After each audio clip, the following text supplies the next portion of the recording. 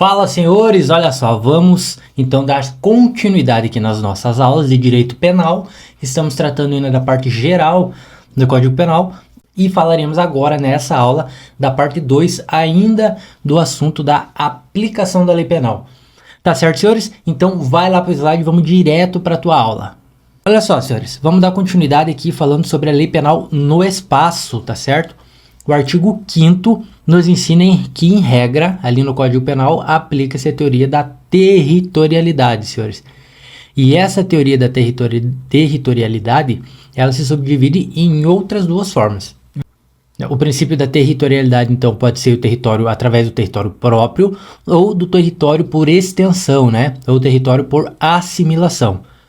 Veja só, território próprio é aquele onde está designado, né, definido o espaço do nosso solo, subsolo, rios, lagos, o mar, até 12 milhas náuticas, tá, senhores? E aqui fica um detalhezinho também interessante, que existe o poder de polícia até 200 milhas náuticas a partir da nossa costa, tá certo? E também, obviamente, é considerado o território próprio do Brasil, do seu respectivo espaço aéreo, tá certo? E diferente do território próprio é esse território por extensão, senhores, ou território por assimilação, porque lá ele nos ensina que as embarcações e as aeronaves oficiais do Brasil, aquelas que forem de particulares, mas que estejam a serviço oficial do Brasil, ou ainda os mercantes, né, e estrangeiros, desde que estejam no território nacional, eles serão considerados, portanto, território nacional, tá? Aqui, território do Brasil. Isso aplicando-se aí, né, através dessa extensão ou assimilação, tá certo? Bisu, tá, senhores? Porém, o princípio da territorialidade, ele não é considerado absoluto, mas sim é considerado mitigado, senhores, ou temperado, tá? Isso porque em alguns casos não se aplica a lei penal brasileira devido a alguns tipos de acordos internacionais que o Brasil faz parte, né? E um grande exemplo aqui é essa imunidade diplomática. Volta a câmera aqui para mim só um pouco. Olha só. Então, a regra, princípio da territorialidade. E ela, se a gente está falando que tem princípio da territorialidade, é porque a gente vai aprender daqui a pouco que existe a extraterritorialidade. Beleza. Dentro desse princípio da territorialidade, existe aquela que é própria e aí existe aquela que é por extensão ou assimilação. Tranquilo? Fechou. Dentro do nosso espaço territorial, portanto, aplica-se a lei penal brasileira, tá certo? Em regra. Mas existem exceções. Por isso que se fala que esse princípio da territorialidade é mitigado ou que ele é temperado, porque significa que em algumas situações é possível sim, mesmo aqui no território brasileiro, ser aplicado uma lei de outro país, e um exemplo aqui é quando acontece algum crime cometido por algum diplomata de algum outro país. Então a lei desse outro país será aplicada para o diplomata que cometeu o crime aqui no território nacional, tá certo? Então é por isso que esse princípio ele é mitigado, tá bom? Volta ali para o slide. Olha só, então a gente já deu o spoiler, né? Falamos que se existe a regra que é a territorialidade é porque existe a exceção. E a exceção é justamente o princípio da extraterritorialidade. E ele está tutelado lá no artigo 7º do Código Penal e ele é dividido em 3 formas. E é importante que os senhores saibam disso aqui. Vejamos, o inciso 1º desse artigo, ele nos ensina e nos fala sobre os crimes que são incondicionados, ou seja, o autor será punido de qualquer jeito, tá bom? O inciso 2º fala dos crimes condicionados, ou seja, a aplicação a punição, aliás, do autor, ela fica condicionada a 5 alíneas, que a gente já vai aprender daqui a pouquinho quais são elas. E o parágrafo 3º, ele fala sobre as condições hipercondicionadas, ou seja, senhores, que a punição desse indivíduo aqui, ela fica ainda mais difícil de acontecer, tá? E a gente vai ver agora nos próximos slides como que cada um desses incisos aqui e parágrafos funciona. Olha só, inciso 1º do artigo 7º, que fala dessas formas incondicionadas, ela nos ensina o seguinte: o autor ele será punido de qualquer jeito se ele cometer o crime contra a vida ou a liberdade do presidente da República, contra o patrimônio ou a fé pública, contra a administração pública por quem está a seu serviço, ou se for um crime de genocídio, né, quando a gente for brasileiro ou domiciliado no Brasil, tá certo? Então, dentro dessas 4 condições aqui, será aplicada a lei penal brasileira, sim, tá certo? Se for contra a vida e liberdade do presidente da República, em qualquer lugar onde ele esteja, se for contra o patrimônio ou a fé pública do Brasil, tá certo? Em qualquer lugar que isso aconteça, se for contra a administração pública por quem está a seu serviço, também não interessa onde, e se for um crime de genocídio, também não interessa onde, se for cometido por um brasileiro, tá? Ou por alguém que esteja domiciliado no Brasil, vai recair sobre ele a lei penal brasileira, sim, e isso de forma incondicionada, tá certo? Olha lá, vejamos o próximo slide então. O inciso 2º, né, do artigo 7º, ele fala das formas condicionadas, né? Ou seja, a punição do autor, ela fica condicionada a essas 5 alíneas que a gente vai analisar na sequência. Então, aplicar-se-á essa condicionante, né, aos 3 tipos de situações abaixo. Vejamos, senhores.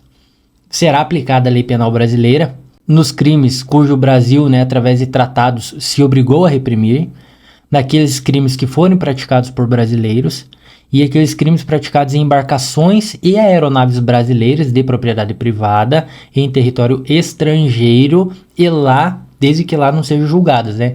Então, nesses 3 fatos aqui, será aplicada a lei penal brasileira, desde que cumprida esses 5 requisitos aqui do próximo slide. Vejamos. Primeiro, o agente ele tem que entrar no território nacional, novamente.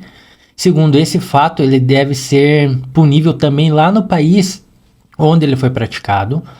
Terceiro, esse crime aí, ele deve ser um daqueles que o Brasil autoriza a extradição, ou seja, que é um crime comum, né, antes da naturalização, ou, por exemplo, crime de drogas a qualquer tempo, tá?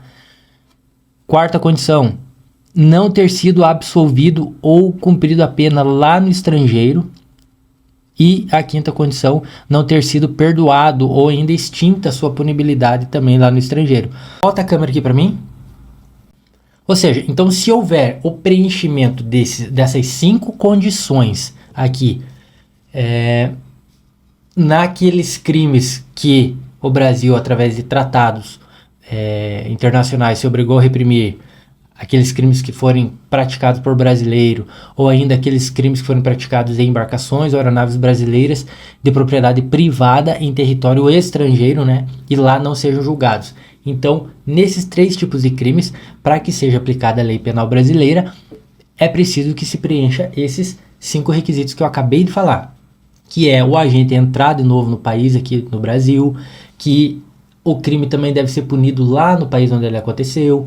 Terceiro, que esse crime, né, ele seja um daqueles que o Brasil autoriza a extradição, ou seja, um crime comum antes da sua naturalização, ou um crime de drogas a qualquer tempo, e também não ter sido absolvido ou ainda cumprido a pena lá no país estrangeiro e não ter sido perdoado ou extinta a sua punibilidade.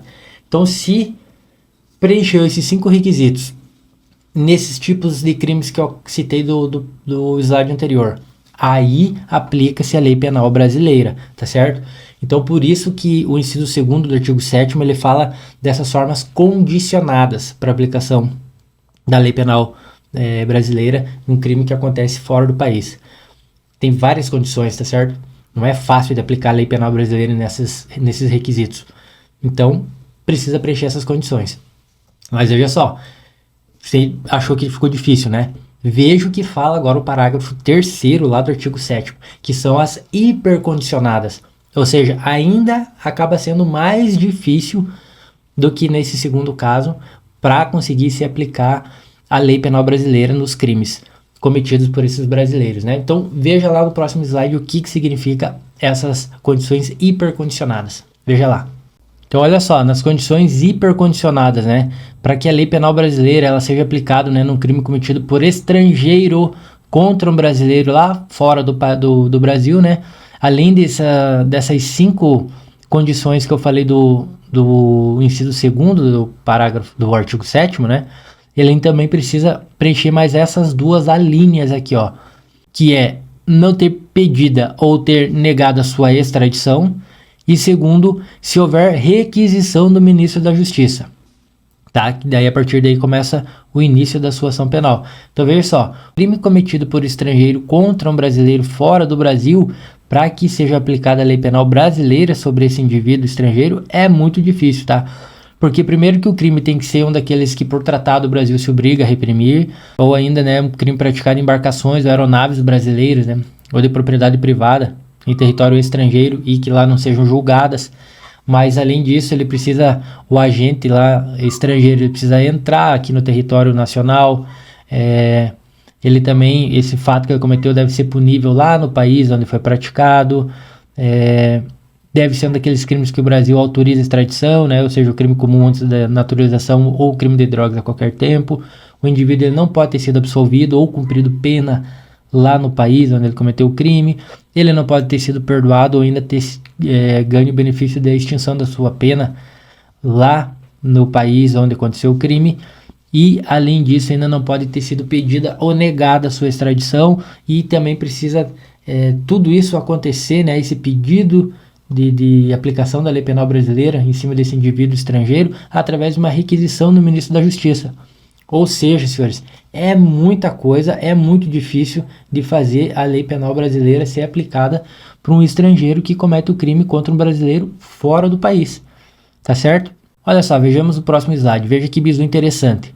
Se o presidente da República, senhores, for vítima de latrocínio em terras estrangeiras, não será aplicado esse dispositivo, porque latrocínio, senhores, é um crime contra o patrimônio, não é um crime contra a vida, tá certo? Esse dispositivo aqui ele só serve para crimes e também nunca para contravenções, tá certo? Duas situações importantes que os senhores precisam entender para não cair em nenhuma pegadinha de concurso, tá certo? Vamos continuar, vamos ali para o próximo slide. Olha lá, senhores, artigo 8º.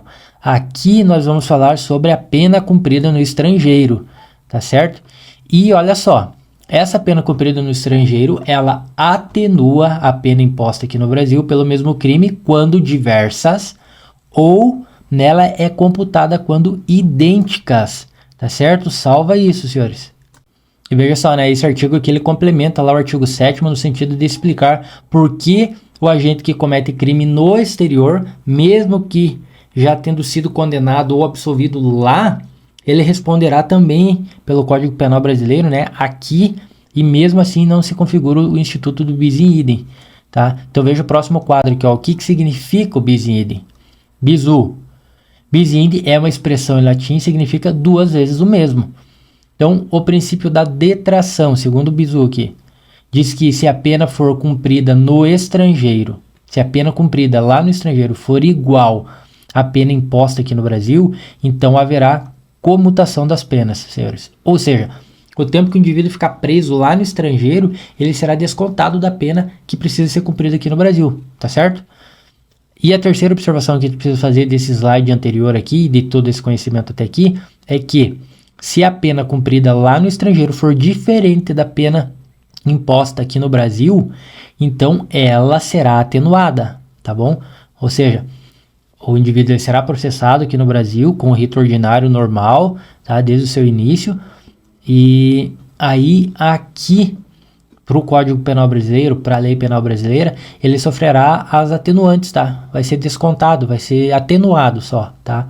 O que ele já tenha cumprido lá no estrangeiro, tá bom? E lembrando aqui, ó, a atenuante, ela faz parte da segunda fase da aplicação da pena. A gente vai acabar vendo isso em outras aulas um pouquinho mais para frente, tá? Mas já fica ligado, o atenuante tá falando da segunda fase da aplicação da pena, tá certo? Lá na dosimetria da pena. É um outro assunto que daqui a pouco a gente vai aprender bem, tá? Então fica com esse quadro do bizu aqui, para que os senhores consigam entender o que está nos falando o artigo 8º, né, do Código Penal, quando fala da pena cumprida no estrangeiro, tá certo? Vamos continuar. Artigo 9º nos ensina sobre a eficácia da lei estrangeira. E ela é um complemento, tá, do artigo anterior ali, do 8º. Veja só, o que a gente precisa saber. Primeira coisa, tá? É importante saber que o órgão responsável por homologar a sentença estrangeira para que ela tenha eficácia aqui no Brasil é o STJ, senhores. Superior Tribunal de Justiça, tá bom? E essa competência foi atribuída para o STJ através de emenda constitucional 45 lá de 2004. Deixa essa observação anotada. E a segunda observação a ser feita é que essa homologação, então, ela objetiva a obrigação do condenado em reparar o dano causado e restituir a coisa, ou ainda em responsabilizá-lo sobre outros efeitos civis. No entanto, senhores, é necessário saber que essas punições cabem somente para os indivíduos imputáveis, ou também chamado de penalmente capazes, tá? De modo que para os inimputáveis, tá, senhores? Aqueles que não podem receber nenhum tipo de pena, porque ou são menores de 18 anos, ou são, no momento do cometimento do crime, não eram 100% cientes das suas faculdades mentais. Então, para esses inimputáveis não se aplica pena, tá bom? Se aplica medida de segurança, tá certo? Vamos para o próximo slide. Olha só que bizu interessante. Isso é uma diferença entre o que é o imputável, né, ou penalmente capaz, do inimputável. Eu dei já um spoiler no slide anterior, mas aqui a gente vai entender bem certo o que cada um deles significa. O imputável, portanto, é aquele indivíduo, senhores, que é capaz, tá? Ele é plenamente capaz de ser responsabilizado pelos seus atos. O exemplo aqui, maior de 18 anos, né, ou aquele que tem suas plenas capacidades, né, das suas faculdades mentais. Sobre ele recai penas. Então, ele é imputável. Já o inimputável é justamente aquele que, por algum tipo de doença mental ou desenvolvimento mental incompleto ou retardado, era, ao tempo da ação ou omissão, inteiramente incapaz de entender o caráter ilícito do fato praticado. Tá certo? Volta a câmera aqui para mim um pouco. Olha só. Você não vai mais se confundir quando vier alguma questão falando do indivíduo que é imputável e do inimputável. Tem muitas pessoas que, o início da palavra, né, o in, já acha que é alguma negação, né? Mas não, imputável é aquele que sobre ele recai algum tipo de pena. Já o inim, aí sim é uma negação. Então, o inimputável é aquele que sobre ele não recai nenhum tipo de punição. Mas o que a gente precisa saber aqui? Fica uma maneira até fácil da gente entender. Que sobre o inimputável, né, aquele que por alguma doença mental, ou desenvolvimento mental incompleto ou retardado, era inteiramente incapaz de entender o caráter ilícito do que ele cometeu lá no momento do fato praticado. Então, esse é o X da questão. Vocês perceberão várias questões tentando pegar o aluno desavisado, falando que ele era parcialmente incapaz. Senhores, para ser aplicado para o indivíduo essa situação de inimputabilidade, ou ele é menor de 18 anos, ou ele era inteiramente incapaz de entender o caráter ilícito lá no momento dos fatos. Tá bom? Volta lá para o slide. Olha lá, um resumo, tá, senhores? Aqui é um resumo do nosso conteúdo até aqui estudado. Então vejamos juntos, olha só. A sentença estrangeira ela pode sim ser eficaz no Brasil, né? A gente já viu que para isso precisa que o STJ ele homologue, né, essa sentença estrangeira. Além disso, também é necessário que seja preenchido dois requisitos. Primeiro, a lei brasileira prever a mesma consequência da lei estrangeira e, segundo, precisa ter o trânsito em julgado dessa sentença estrangeira lá no país de origem, tá bom? Isso está dentro ali da súmula 420 do STF, tá certo? Outra coisa, depois de preenchido esses dois requisitos aqui primários, a sentença estrangeira ela será eficaz no Brasil e poderá ser homologada aqui para os seguintes efeitos. Primeiro, efeitos civis, que está lá no artigo 9º, inciso 1º, né? Desde que haja o pedido de reparação desse dano pela parte interessada, porque se não houver, o juiz não vai de ofício dar, precisa ter sim esse pedido de reparação. E o segundo é sobre a própria medida de segurança, né? Que está falando ali do artigo 9º, no inciso 2º. Desde que haja, né, tratado de extradição entre o Brasil e o país de origem da sentença, ou se houver uma requisição do ministro da Justiça aqui do Brasil. Tá certo, senhores? Resumo, coisa simples, rápida e extremamente direcionada aí para o que você precisa saber desse conteúdo. Tá certo? Veja o próximo slide, então. O artigo 10 do CP, ele nos ensina sobre a contagem de prazo, porque é preciso explicar aqui a diferença dos prazos no âmbito do direito penal e no âmbito ali do direito processual penal, tá? Porque essa é a principal pegadinha que a gente vê em prova, tá certo? Contudo, depois que os senhores analisar esse quadro aqui vai ficar muito mais fácil de vocês entenderem e não cair mais nessa prova, né, nessa pegadinha de prova. Então olha ali, ó, falando sobre a contagem de prazo, senhores. A diferença do direito penal para o direito processual penal é que no direito penal o dia do começo inclui-se no cômputo do prazo e também ele conta-se aqui os dias, meses e anos e é pelo calendário comum. Já no direito processual penal exclui-se o dia do início e daí computa-se o último dia, né? Agora volta a câmera aqui para mim. Senhores, vejamos assim. O Código Penal é diferente do Código de Processo Penal no âmbito da contagem, no assunto, né, da contagem do prazo. Porque vejamos, e é tudo para beneficiar sempre o réu. Tudo é para beneficiar. Veja só, dentro do âmbito do direito penal, o indivíduo ele é preso às 10 horas da noite do sábado. Aquele sábado já começa a contar um dia inteiro de como se ele estivesse preso. Tá certo? Já conta-se um dia inteiro. Não interessa se ele foi preso às 6 horas da manhã ou se foi às 10 da noite. Conta-se o dia inteiro. Por quê? Mais benéfico. Consegue compreender isso? Então tá. Por isso que no direito penal ele conta sim a partir já do primeiro dia. Então conta sim, porque é mais benéfico. Agora veja na esfera aqui no âmbito do direito processual penal. Vamos imaginar que o indivíduo ele foi preso em flagrante e tal, mas ele saiu, né? Ele pagou a fiança, enfim, ele saiu. E ele precisa, isso na sexta-feira, e precisa contar o prazo de 5 dias para ele se defender de alguma maneira, né? A depender do rito do que for o procedimento administrativo ali a ser cumprido, né? No âmbito do direito penal. Então vamos imaginar que ele tem 5 dias para se defender, para apresentar uma resposta. Se aconteceu a situação com ele na sexta-feira, não começa a contar já sexta, começa a contar o dia seguinte. Porém, sábado não vai contar, domingo não vai contar, vai começar a contar lá nos dias úteis, lá na segunda-feira. Então vai, segunda, terça, aliás, foi na sexta-feira à noite a situação, imagine. Então sexta-feira não conta, o cara já contrata o advogado já vai, já tira ele dela da cadeia e o advogado já começa a trabalhar na sua defesa já. Ali mesmo, na sexta-noite, no sábado, no domingo, mas só começa a contar 5 dias a partir de segunda. Aí segunda, terça, quarta, quinta, sexta. Só lá na próxima sexta que vai dar o prazo. Ou seja, é para beneficiar também, tá certo? Beneficia. Então, não conta-se no direito processual penal o primeiro dia, e daí conta-se o último. E no direito penal, conta-se desde o primeiro dia. No fringir daqui dos ovos, senhores, pense que é sempre para beneficiar o réu, tá certo? E nunca mais se confunda nisso. Direito penal conta-se o primeiro dia, direito processual penal não conta-se o primeiro dia e daí conta o último, tá certo? Volta lá para o slide agora.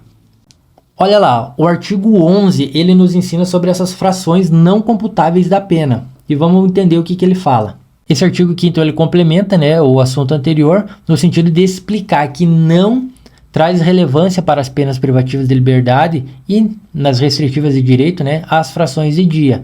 Ou seja, senhores, independentemente do horário em que for aplicada uma dessas penas, ela será considerada como um dia integral. Foi o que eu acabei de falar para os senhores aqui no exemplo, tá? E, da mesma forma, desprezam-se na pena de multa as frações de valores, ou seja, será contabilizada uma unidade de medida inteira, tá certo? E veja aqui esse bizu, para fechar. Para complemento de estudo, veja abaixo o que o Código Penal define como penas lá no artigo 32. Então, as penas são privativas de liberdade, restritivas de direito e penas de multa, tá bom? A gente vai aprender sobre isso daqui a pouco também, não tenhamos pressa. Veja o próximo slide, senhores. Esse quadro aqui falando das penas privativas de liberdade. Ele está falando ali do artigo 33, né, que fala da pena de reclusão. Fala que ela deve ser cumprida em regime fechado, semiaberto ou aberto. Já a detenção, senhores, ela é cumprida só em regime semiaberto ou aberto, salvo necessidade de transferência para algum outro regime fechado, tá? Parágrafo 1º ainda nos ensina que considera-se o regime fechado a execução da pena em estabelecimento de segurança máxima ou média, o semiaberto é em colônia agrícola industrial ou estabelecimento similar, E o regime aberto é a execução da pena em casa de albergado ou ainda algum outro estabelecimento adequado. Tá bom? O parágrafo 2º aqui fala que as penas privativas de liberdade deverão, senhores, ser executadas em forma progressiva, né, segundo o mérito do condenado, observando os seguintes critérios e, obviamente, ressalvadas as hipóteses de transferência a regime mais rigoroso, tá? Fora isso, veja só, a linha A, o condenado a pena superior a 8 anos deverá começar a cumpri-la em regime fechado. O condenado que não for reincidente e a pena esteja ali entre 4 até 8 anos poderá desde o início cumpri-la em regime semiaberto. E o condenado que não for reincidente, cuja pena seja igual ou inferior a 4 anos, poderá desde o início cumpri-la em regime aberto. Tá certo, senhores? Vamos para o próximo quadro. Veja só, o parágrafo 4º fala que o condenado por crime contra a administração pública terá a progressão de regime do cumprimento da sua pena condicionada, óbvio, à reparação do dano que causou ou ainda à devolução do produto do ilícito praticado com os acréscimos legais. Tá? E por fim, senhores, e não menos importante, o artigo 12 já vai nos ensinar que as regras gerais deste código, elas são aplicadas aos fatos incriminados por lei especial, se essa não dispuser de forma diversa, tá certo? E veja aqui, ó, leis gerais é diferente de leis especiais e a gente precisa entender quais são elas. Então veja esse quadro aqui. Nas leis gerais, elas são aquelas que disciplinam matérias mais abrangentes, né? Do público em geral, matérias gerais, então leis gerais, o próprio Código Penal é um grande exemplo. Agora, quando a gente fala de leis especiais, são aquelas mais específicas dentro do direito, né? Por exemplo, o direito militar, o próprio direito eleitoral, enfim. Essas são as leis especiais, tá certo? Senhores, volta a câmera aqui para mim. Olha só, essa parte 2 da aplicação da pena finalizou, senhores. Acabamos aqui esse assunto, tá? Agora, como de praxe, eu já deixo em seguida aqui da aula algumas questões para que os senhores treinem o conhecimento que adquiriram aqui com essa aula, tá certo? Aguardo vocês na próxima aula e até mais. Valeu!